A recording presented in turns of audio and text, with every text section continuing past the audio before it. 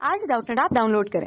Doubtnut पर अपने सभी गणित, रसायन विज्ञान, भौतिक विज्ञान और जीव विज्ञान के डाउट्स का करो सफाया। बस प्रश्न की फोटो खींचो, एक ही प्रश्न को क्रॉप करो और तुरंत वीडियो सोल्यूशन पाओ। अभी डाउनलोड करें। हेलो फ्रेंड्स, हमारा क्वेश्चन है आवेश 2q माइनस क्यू तथा माइनस क्यू एक समबाहु त्रिभुज के शीर्षों पर स्थित है। ई तथा वी के मान त्रिभुज के केंद्रक पर होंगे। चार ऑप्शन गिवन है हमारा। ई नॉट इक्वल टू 0 तथा v नॉट इक्वल टू 0। तो बेसिकली हमें चेक करना ई और v में कौन कौन सा हमारा जीरो होगा, कौन जीरो नहीं होगा। किसी भी त्रिभुज के शीर्षों पर हमारे ये तीन आवेश रखे गए, तो हमें केंद्रक पे क्या करना है, ई और v के लिए हमें चेक करना है। तो यहाँ पे सबसे पहले क्वेश्चन को हम फिगर ड्रॉ करके देख लेते हैं।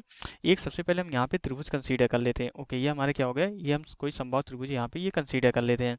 अब इसके बाद हम क्या कर रहे हैं कि यहाँ पे हमें इसके शीर्ष की हम नंबरिंग कर देते हैं, ए बी और ये सी शीर्ष है। तो यहाँ पे हमारा क्या है, ए पे हमारा यहाँ पे 2q आवेश रखा गया है, यहाँ पे हमारा माइनस क्यू आवेश रखा गया है, यहाँ पे हमारा माइनस क्यू आवेश रखा गया है। तो इसका केंद्रक यहाँ कहीं होगा। तो केंद्रक से जो हमारी यहाँ पे तीनों की डिस्टेंस होगी, ये क्या होगी, हमारी बराबर होगी। हमें पता है कि केंद्रक से त्रिभुज के तीनों शीर्षों की जो दूरी होती है हमारी क्या होती है, वो बराबर होती है। तो केंद्रक से ये भी डिस्टेंस, ये भी तीनों डिस्टेंस हमारी क्या हो जाएगी, ये तीनों दूरियां हमारी क्या हो जाएंगी, बराबर हो जाएंगी। ओके, तो ये हमारा क्या हो जाएगा, ये हमारा केंद्रक हो जाएगा। सबसे पहले अगर हम विभव की बात करें, इस ओ पॉइंट पे अगर विभव की बात करें, विभव हमारी क्या होती है, अदिश राशि होती है। तो हम यहाँ पे अध्यारोपण का सिद्धांत लगा के हर एक के कारण ऊपर विभव कैलकुलेट करके उसको ऐड कर देंगे। तो ये डिस्टेंस हमारी तीनों यहाँ पे हम आर के बराबर कंसीडर कर लेते हैं। ओके, तो यहाँ से हमारा क्या होगा कि हम अध्यारोपण के सिद्धांत के अकॉर्डिंग हमारा क्या हो जाएगा, जो ऊपर विभव होगा वो हमारा क्या हो जाएगा, V A plus V V. Okay, plus हमारा क्या हो जाएगा, यहाँ पे ये V B plus V C के बराबर हो जाएगा। तीनों के एडिशन के हमारे क्या होगा, बराबर होगा। ये मैं कैसे बोल रहा हूँ, अध्यारोपण के सिद्धांत के according. V A V V और वी सी क्या है, हमारा तीनों शीर्षों पर रखे आवेश के कारण हमारा ऊपर विभव है। अब इसके बाद हमें ये पता है किसी भी हम क्या बेसिकली क्या हमें चेक करना है, यहाँ पे किसी बिंदु आवेश के कारण किसी आर दूरी पर विभव का हमें फॉर्मूला यूटिलाइज करना पड़ेगा, तभी तो हम वी ओ कैलकुलेट कर पाएंगे। तो ये फॉर्मूला हमारा क्या होता है, किसी भी बिंदु आवेश के कारण किसी आर दूरी पर जो विभव होता है हमारा क्या होता है, K Q divided by are के बराबर होता है। के हमारा क्या होता है, नियतांक होता है, इसकी वैल्यू 9 इंटू 10⁹ होती है, या 1/4 पाई एप्सिलॉन नॉट भी इसको हम लिख सकते हैं। ओके, तो यहाँ से हमारा क्या हो जाएगा, वी ओ कितना हो जाएगा, वी ओ इक्वल टू हमारा क्या हो जाएगा, आर तीनों के लिए बराबर है, के भी हमारा क्या है, तीनों के लिए बराबर है। तो के डिवाइडेड बाई आर को हम कॉमन कर लेंगे। यहाँ पे हमारा अगर ए की बात करें तो 2q है, बाकी दोनों पे माइनस क्यू है। तो यहाँ पे हमारा कितना हो जाएगा, 2q माइनस क्यू हो जाएगा, क्योंकि हमने के डिवाइडेड बाई आर कॉमन कर लिया। तो इसको सरल करते हैं तो हमारा ऊपर जो विभव आ जाता है ये हमारा क्या हो जाता है, शून्य हो जाता है। मीन्स यहाँ पे हमारा विभव, तो हमारा केंद्रक पे जो विभव आ गया वो हमारा क्या आ गया, शून्य आ गया। अगर हम यहाँ पे कुछ ऑप्शंस हमारे एलिमिनेट हो रहे होंगे, एक तो हमारा फर्स्ट नहीं हो सकता, फोर्थ नहीं हो सकता, क्योंकि यहाँ पे नॉन जीरो दिया गया जबकि हमारे जीरो आ गए। अब हम देखते हैं यहाँ पे विद्युत क्षेत्र के बारे में हम चेक करते हैं। अब इसके कारण जो विद्युत क्षेत्र आएगा हमारा डायरेक्शन, यहाँ पे इस 2q आवेश के कारण क्या होगी, किसी भी धनावेश के कारण जो विद्युत क्षेत्र की डायरेक्शन होती है आवेश से दूर जाती हुई होती है। तो मीन्स हमारा ये इसके कारण इस डायरेक्शन में आएगा। अब इसके बाद क्या हो जाएगा, इन दोनों के कारण आवेश की तरफ आती हुई आएगी। तो इसके कारण हमारा इस डायरेक्शन में आएगा। बी पर रखे आवेश के कारण विद्युत क्षेत्र इस डायरेक्शन में आएगा। सी पर रखे आवेश के कारण विद्युत क्षेत्र हमारा इस डायरेक्शन में आएगा। ओके, अब ये क्या हो जाएगा हमारा ये तो हमारा ई ए हो जाएगा, ये हमारा क्या हो जाएगा, ई बी हो जाएगा, ये हमारा क्या हो जाएगा, ई सी हो जाएगा। अब अगर हम यहाँ पे हमें किसी भी कैलकुलेशन करने की रिक्वायरमेंट ही नहीं पड़ेगी, क्योंकि हम यहाँ पे अगर वेक्टर का अगर रूल हमें पता है तो हम आसानी से बता सकते हैं ऊपर हमारा विद्युत क्षेत्र हमारा शून्य होगा कि नहीं।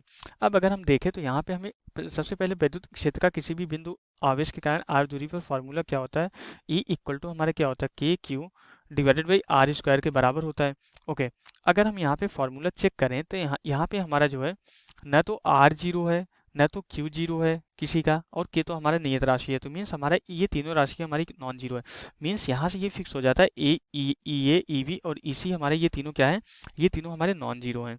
मीन्स हमें यहाँ से क्या प्रूफ हो जाता है कि हमारा ई ए इक्वल टू हमारा ई वी इक्वल टू, इसको हम इक्वल टू नहीं बोल सकते, यहाँ पे ये हमारे बराबर नहीं होंगे। ई ए नॉन जीरो होगा हमारा, यहाँ पे ई बी भी हमारा नॉन जीरो होगा, और हमारा ई सी भी हमारा क्या हो जाएगा, नॉन जीरो हो जाएगा। तो अब हमारा एक ही तरीका बचता है कि ये तीनों का सदिश का अगर हम योगफल कर रहे हैं तो ये इस तरीके से अरेंज होने चाहिए कि इनका परिणामी हमारा क्या हो जाएगा, शून्य हो जाए। तो अगर हम यहाँ पे ऑब्जर्व करें तो ये दोनों अगर हमारा इस डायरेक्शन में आए तो इनका परिणामी हो जाएगा, इन दोनों का जो परिणामी आएगा ईबी और ईसी का हमारा जो है कुछ इसी डायरेक्शन में आएगा, दोनों का परिणामी हमारा कुछ इसी डायरेक्शन में आएगा। ये जरूरी नहीं है कि इसी के समांतर आ जाए, तो हमारा परिणामी दोनों का कुछ इसी डायरेक्शन में आ जाएगा। तो ये क्या होगा, हो जाएगा हमारा जो है, ये क्या हो जाएगा हमारा ई BC के बराबर हो जाएगा। तो अब इसके बाद हमारे जो है दोनों एक ही डायरेक्शन में आ जा रहे हैं। अगर हम इसको y अक्ष माने तो दोनों हमारे एक ही डायरेक्शन में आ जा रहे हैं। जब दो सदिश अगर हमारे एक ही डायरेक्शन में आ जाते हैं तो उनका परिणामी कभी भी हमारा शून्य नहीं हो सकता है। इसलिए यहाँ पे EA, EB और EC का जो परिणामी होगा, जो नेट क्षेत्र आएगा हमारा विद्युत क्षेत्र, वो कभी भी जीरो नहीं होगा। क्योंकि अगर जीरो होना है, हमने इंडिविजुअल चेक कर लिया, हमें अलग अलग चेक कर लिया, EA, EB, EC तीनों हमारे जीरो नहीं है। तो जीरो होने की एक ही कंडीशन हो सकती है कि जब यहाँ पे जो है EB और EC का परिणामी जब ऊपर की डायरेक्शन में जाता, अगर EB और EC का परिणामी अगर यहाँ पे जो है EA के जस्ट अपोजिट आता और परिमाण में बराबर होता, तभी हमारा जो है जीरो हो सकता था। इसलिए यहाँ पे हमारा क्या हो रहा है कि हमारा केंद्र O पर हमारा विद्युत क्षेत्र हमारा शून्य नहीं हो सकता। मीन्स हमारा यहाँ से क्या पता चल रहा है, हमें विदाउट कैलकुलेशन हमें ये पता चल जा रहा है, क्योंकि हमने यहाँ पे सदिश के नियम से जान लिया कि हमारा जो है केंद्रक पर जो है विद्युत क्षेत्र हमारा शून्य नहीं हो सकता। केंद्रक पर विभव शून्य होगा, लेकिन विद्युत क्षेत्र हमारा शून्य नहीं हो सकता। अगर हम चारों ऑप्शंस को चेक करें तो यहाँ पे ई हमारा जीरो दे दे रहा है, तो हमारा ये नहीं हो सकता। सिर्फ और सिर्फ यहाँ पे थर्ड ऑप्शन हमारा राइट ऑप्शन है। तो हमारा फर्स्ट, सेकंड और फोर्थ रॉन्ग है, थर्ड ऑप्शन हमारा राइट ऑप्शन है। तो यहाँ से हमारा क्वेश्चन कंप्लीट हो जाता है। Okay, thank you. कक्षा 6 से 12वीं से लेकर नीट, IIT, JEE वो एडवांस के लेवल तक 1 करोड़ से ज्यादा छात्रों का भरोसा।